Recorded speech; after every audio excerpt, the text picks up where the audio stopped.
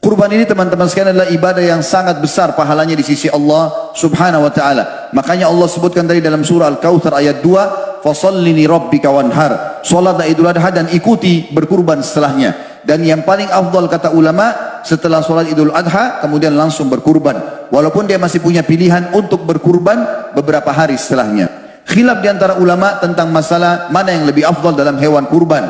Setelah mereka sepakat bahwasanya hewan kurban hanya bisa pada 3 jenis ekor hewan saja dan tidak bisa diganti dengan yang lain, yaitu unta, sapi dan juga kambing, dan masuk dalam kambing adalah domba. Sebagaimana Allah jelaskan dalam surah Al-Hajj ayat 34, "A'udzu billahi minasyaitonir rajim.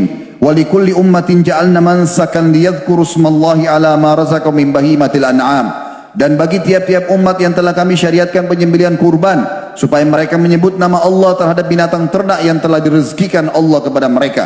Dan para ulama mengatakan hewan kurban masuk dalam 3 jenis saja, yaitu unta, sapi dan juga kambing. Masuk di dalamnya juga domba. 1 ekor kambing atau domba bisa dicukupkan untuk 1 keluarga. Sebagaimana hadis Abu Ayyub Al-Ansari radhiyallahu anhu dalam hadis Ibnu Majah, laki-laki di zaman Rasulullah sallallahu alaihi wasallam berkurban dengan seekor kambing atau domba untuk dirinya dan anggota keluarganya. Mereka makan sebagian dan memberi makan orang fakir miskin sebagiannya lagi.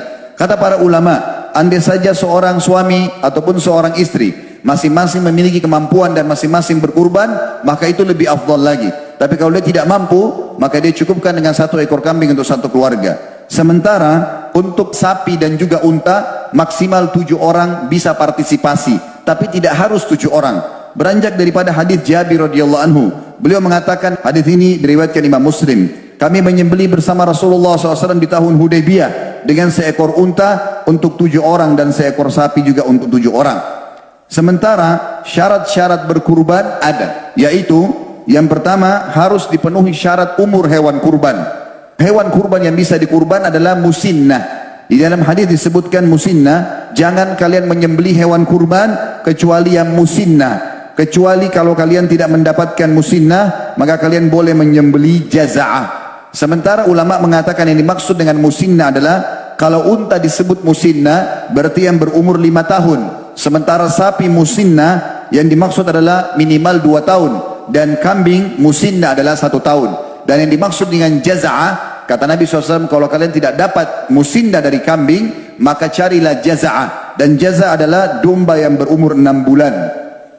Sebagaimana disebutkan dalam hadis Uqbah bin Amir radhiyallahu anhu, beliau mengatakan dalam hadis sahih riwayat Bukhari Muslim, "Wahai Rasulullah, aku tidak punya kecuali jaza'ah. Tidak dapat kecuali domba yang berumur 6 bulan untuk kurban." Maka kata Nabi SAW, kalau begitu berkurbanlah dengannya.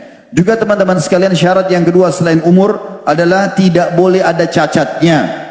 Boleh jantan, boleh betina, tapi tidak boleh ada cacat. Sebagaimana dalam hadis Al-Bara' ibn Azib radhiyallahu anhu, beliau mengatakan bahwasanya Rasulullah sallallahu alaihi wasallam bersabda, 4 jenis hewan yang tidak sah untuk disembelih atau dijadikan kurban. Yang pertama, yang cacat sebelah matanya dengan cacat yang jelas. Yang kedua, yang sakit dengan sakit yang jelas. Yang ketiga, yang pincang dengan kepincangan yang jelas. Dan yang keempat, yang kurus kering. Juga teman-teman, syarat yang ketiga adalah selepas sholat Idul Adha. Siapa yang berkurban sebelum Idul Adha selesai, termasuk khutbahnya, maka tidak dihitung kurban. Sebagaimana Nabi SAW mengatakan dalam sebuah hadis yang sahih riwayat Bukhari Muslim, barang siapa yang sholat seperti sholat kami dan menyembelih seperti sembelihan kami, maka telah benar penyembelihannya. Dan barang siapa yang menyembelih sebelum sholat id, maka dia harus menyembelih lagi sebagai gantinya. Juga di dalam hadis yang lain, kata Nabi SAW, yang paling pertama kami lakukan di Idul Adha adalah kami kerjakan sholat id dulu. Kemudian kami pulang ke rumah untuk menyembelih, atau kami pulang setelah itu berkurban. Barang siapa yang melakukan itu, sholat baru berkurban, maka perbuatannya sesuai dengan sunnah kami. Namun barang siapa yang menyembelih sebelum itu, maka sembelihan itu adalah daging biasa yang diberikan kepada keluarganya, bukan sembelihan sedikit pun. Yang keempat, termasuk hal yang harus diperhatikan adalah daging kurban dianjurkan untuk dibagikan sebagian, dimakan sebagian. Sebagaimana disebutkan dalam surah Al-Hajj ayat 28, A'udzu billahi minasyaitonir rajim, fakulu minha wa at'imul ba'isal faqir. Artinya, makanlah sebagian dari hewan kurban kalian dan berikanlah untuk dimakan orang-orang sengsara sebagian lagi. Juga dianjurkan kalau bisa membagi 3 daging hewan kurban itu, sebagaimana dijelaskan dalam hadis Ibnu Abbas radhiyallahu anhu. Hadis ini diriwayatkan dengan sanad sahih bahwasanya Nabi SAW membagi hewan kurbannya menjadi 3, yaitu memberikan makan keluarganya sepertiga, kemudian memberi sepertiga kepada tetangganya yang miskin, dan menyedekahkan sepertiga lagi kepada orang yang minta-minta. Kalau seseorang misalnya menitipkan ke sebuah masjid, menitipkan kepada sebuah lembaga atau di luar kota, kemudian dia tidak bisa mengambil sebagian, maka tidak masalah, karena ini adalah bagian daripada sunnah yang sangat dianjurkan dalam Islam. Juga seseorang masuk dalamnya boleh menyembelih sampai akhir hari tasyrik. Kalau hari ini tidak bisa, maka dia masih bisa 3 hari setelah hari ini, tepatnya besok, lusa, dan hari setelahnya. Sebagaimana sabda Nabi SAW dalam hadis diriwayatkan oleh Ahmad, Baihaqi dan Ibnu Hibban dengan sanad sahih, kullu ayyamit tasyriki dzabhun. Semua hari-hari tasyrik adalah hari penyembelihan. Juga saudaraku seiman, yang perlu diperhatikan dalam masalah sembelihan, harus yang pertama menajamkan pisau sembelihan, tidak boleh yang tumpul, termasuk tidak boleh menggunakan tulang yang ditajamkan. Sebagaimana hadis yang sahih di mana Nabi SAW bersabda tentang masalah ini, sesungguhnya Allah memerintahkan kalian berbuat kebaikan dalam setiap keadaan, dan kalau kalian menyembelih, sembelihlah dengan cara yang baik, tajamkanlah pisau-pisau kalian dan buatlah nyaman sembelihan kalian. Kata para ulama, yang dimaksud dengan membuat nyaman sembelihan adalah jangan diganggu kalau sedang makan, jangan diseret dengan cara paksa, jangan dipukul. Sebagaimana disebutkan dalam hadis Ibnu Abbas radhiyallahu anhu, dikatakan bahwasanya Nabi SAW pernah melewati seseorang yang akan menyembelih domba, kemudian dia membaringkan domba itu dan meletakkan kakinya di atas lambungnya atau menginjak perutnya sambil dia mengasap pisaunya, sementara domba itu melihat asahan pisau tadi. Maka Nabi SAW mengatakan, kenapa kau tidak lakukan ini sebelum itu? Apakah kau akan mematikan dia berulang-ulang? Maka ini tidak dibolehkan teman-teman sekalian. Termasuk adab syar'i dalam berkurban adalah tidak boleh memperlihatkan hewan ya teman-temannya yang sedang disembelih. Kalau panitia atau teman-teman jadi panitia kalau lagi menyembelih sapi ataupun kambing, maka dianjurkan menutup dengan spanduk atau di tempat yang tidak terlihat supaya tidak berpengaruh pada kualitas dagingnya. Juga disebutkan di dalam hadis yang lain atau tentang masalah adab yang lain adalah bagaimana seseorang menghadapkan sembelihannya ke kiblat, kemudian dia menyembelih dengan kedua tangannya sendiri atau dengan tangannya, sebagaimana Nabi SAW dalam hadis Bukhari dikatakan menyembelih sendiri domba beliau.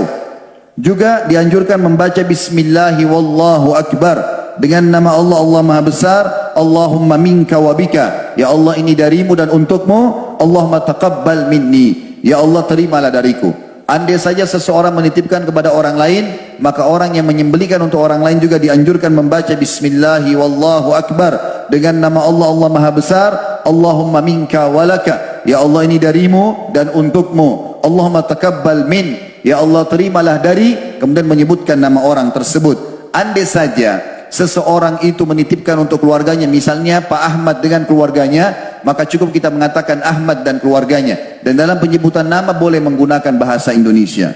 Beberapa hadis teman-teman sebagai penutup yang berhubungan dengan masalah kurban ini, diantaranya harus diperhatikan adalah hadis sahih. Abu Hurairah meriwayatkan bahwasanya Nabi SAW mengatakan, barang siapa yang Allah berikan kelapangan rezeki untuk berkurban, lalu dia tidak berkurban, maka dia jangan sholat bersama kami. Artinya Nabi SAW sangat marah dengan umat Islam yang punya kemampuan lalu tidak berkurban. Juga Nabi SAW melarang untuk menjual sesuatu dari daging itu kecuali penerima resmi. Kalau kita yang sedang menyembelih nggak boleh lagi menjual apapun dari daging tersebut, boleh memakannya dan membagikannya. Termasuk kulitnya tidak boleh dijual oleh pemilik kurban. Kalau orang yang sudah kita hadiahkan lalu dia menjualnya, itu hak dia. Sebagaimana kata Nabi SAW dalam hadis yang sahih juga, barang siapa yang menjual kulit domba atau sembelihannya, maka tidak ada sembelihan baginya.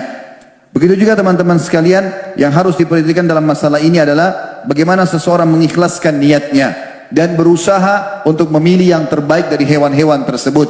Karena Allah Subhanahu wa taala mengatakan dalam Al-Qur'an, "Wa ma umiru illa liya'budullaha mukhlishina lahud-din hunafa." Mereka tidak diperintahkan beribadah kecuali untuk berikhlas di jalan Allah Subhanahu wa taala, mengikuti ajaran agama yang lurus. Juga dalam hadis Abu Dawud kata Nabi SAW, Allah tidak akan pernah menerima amalan apapun kecuali yang ikhlas karenanya. Bukan karena mau dipuji menyumbang di masjid, bukan karena mau dipuji oleh tetangga atau kerabat, tapi murni karena Allah Subhanahu wa taala. Rugi harta yang sudah kita keluarkan, energi yang kita keluarkan, waktu yang kita luangkan kalau hanya untuk manusia.